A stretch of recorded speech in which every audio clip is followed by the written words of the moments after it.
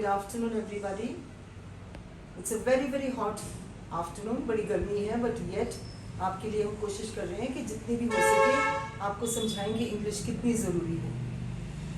आम आदमी जब स्कूल जाता है तो क्लासेस में तो इंग्लिश बोल लेता है, लेकिन अगर बाहर कहीं खड़े होके बात करनी चाहे तो वो झिझकता है। और ये झिझक इसलिए है बिकॉज उनको वो सराउंडिंग, वो माहौल, वो बात नहीं बनती।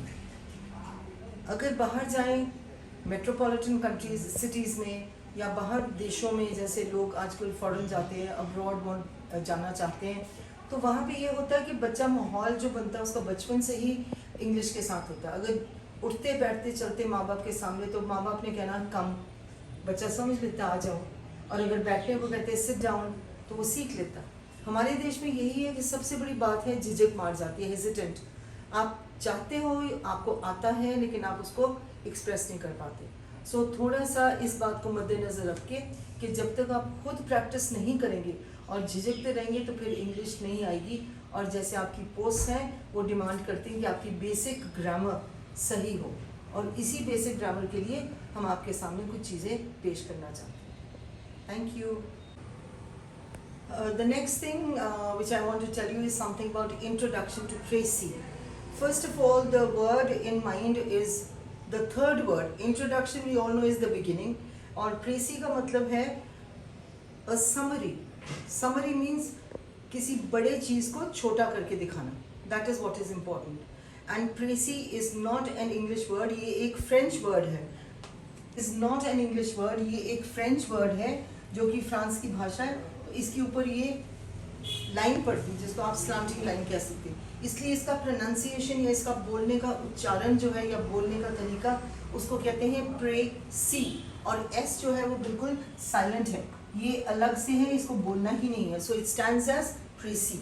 इसका मतलब है छोटी चीज़ बनाना। जैसे आपके मोबाइल्स में कोई भी बात होती है या पिक्चर होती है या फोटो होती है या पिक होती है, आप उसको कंप्रेस कर देते हैं, उसको छोटा कर देते हैं। तो प्रेसी अगर आपको एक बहुत बड़ा पैराग्राफ दिया जाए और उसको छोटा करना है तो सबसे पहली बात क्या है कि प्रेसी में आपने 1/3 करना है। अब एग्जाम में इतना टाइम नहीं कि सारे वर्ड्स आप गिनिए। सपोज 110 है तो उनका 1/3 निकालो मल्टीप्लिकेशन करके। दैट इज़ नॉट द वे।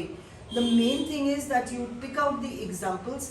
जैसे कोई सेंटेंस है कि India is a big country, उसके बाद बता दिया उसकी सड़कें बहुत चौड़ी हैं, फलाना बहुत है, बहुत बड़े बड़े इलेक्ट्रिक टावर्स हैं, या there are all kinds of generators around. इस तरह की बातें नहीं लिखनी, हमने मेन चीज़ लिखना है India is a big country. तो जितने एग्जाम्पल्स उसके बारे में उनको डिलीट कर दीजिए। आजकल ये डिलीट बहुत फेमस वर्ड है जो कि मोबाइल्स में चलता है। तो डिलीट करना है, माइनस करना है, मेन आइडिया को लेके उसको एक्सपैंड करना है। और प्रेसी की सबसे बड़ी खासियत है कि आपने कॉपी टू कॉपी सेंटेंसेस नहीं करने। अगर आपने मार्क्स लेने हैं तो फिर आपको प्रेसी को अपने शब्दों में लिखना होगा।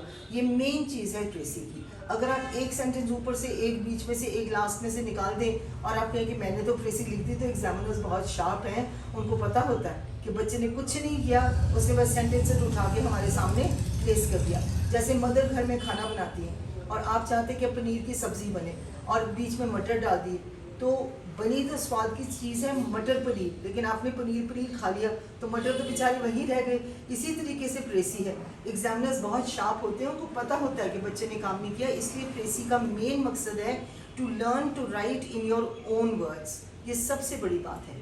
और जो नेक्स्ट है सेंटेंस कंप्लीशन, ये तो मेरा ख्याल आप लोग बहुत ईजीली कर लेंगे। उसमें क्या होगा कि आपको एक सेंटेंस दिया जाएगा, सिंपल हाफ अ सेंटेंस।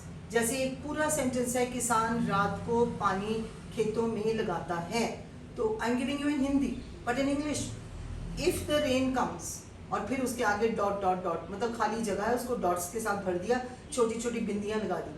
तो अगर आप उस सेंटेंस को समझेंगे, इफ द रेन कम्स, अगर बारिश आई तो क्या होगा, we will be happy, the crops will be happy, lots of water will be there to drink and the heat will cool down. आप कोई भी इन 4 पंक्तियों में से लेके according to the sense of the words given आप उसको सेंटेंस कंप्लीट कर सकते हैं। द ट्रेन केम, फिर आगे लगा दे डॉट्स हमने, तो ट्रेन केम, उसके बाद क्या हुआ, the train came and the passengers came out.